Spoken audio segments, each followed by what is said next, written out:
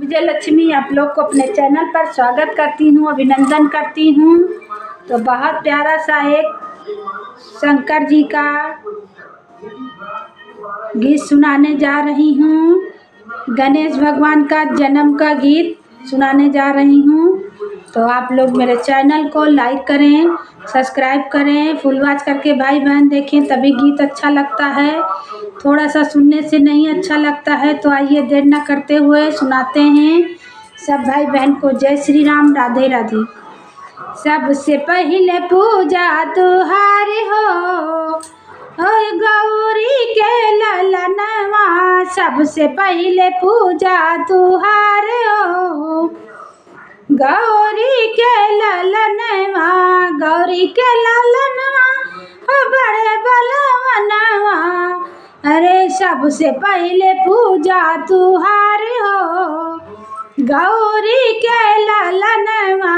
सबसे पहले पूजा तुहारे हो, गौरी के ललनवा। ब्रह्मा से पहले, विष्णु से पहले, ब्रह्मा से पहले, विष्णु से पहले, अरे शंकर से पहले तुहारे हो, गौरी के ललनवा। पहला पूजनवा तुहारे हो, गौरी के ललनवा।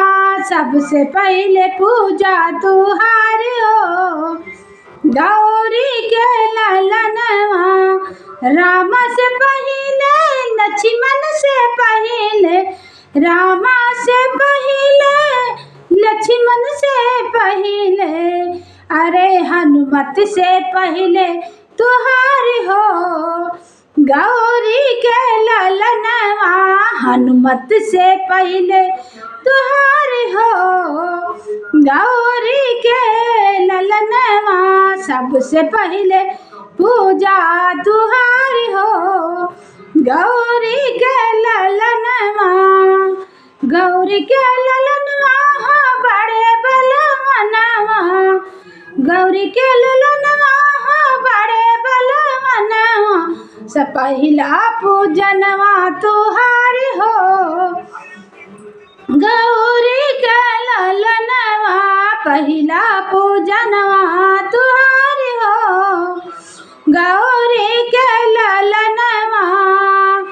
ब्रह्मा से पहले, विष्णु से पहले, ब्रह्मा से पहले, विष्णु से पहले, अरे शंकर से पहले तुहारे हो, गौरी के ललनवा।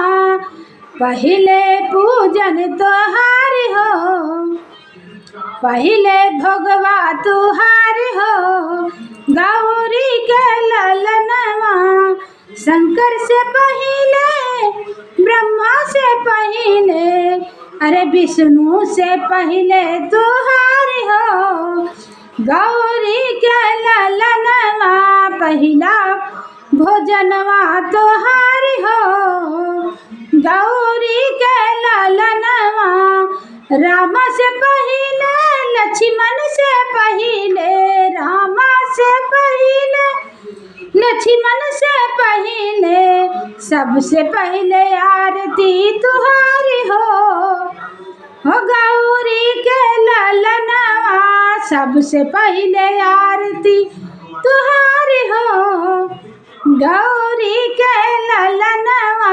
पहला पूजनवा तुहारी हो, गौरी के ललनवा। पहला पूजनवा तुहारी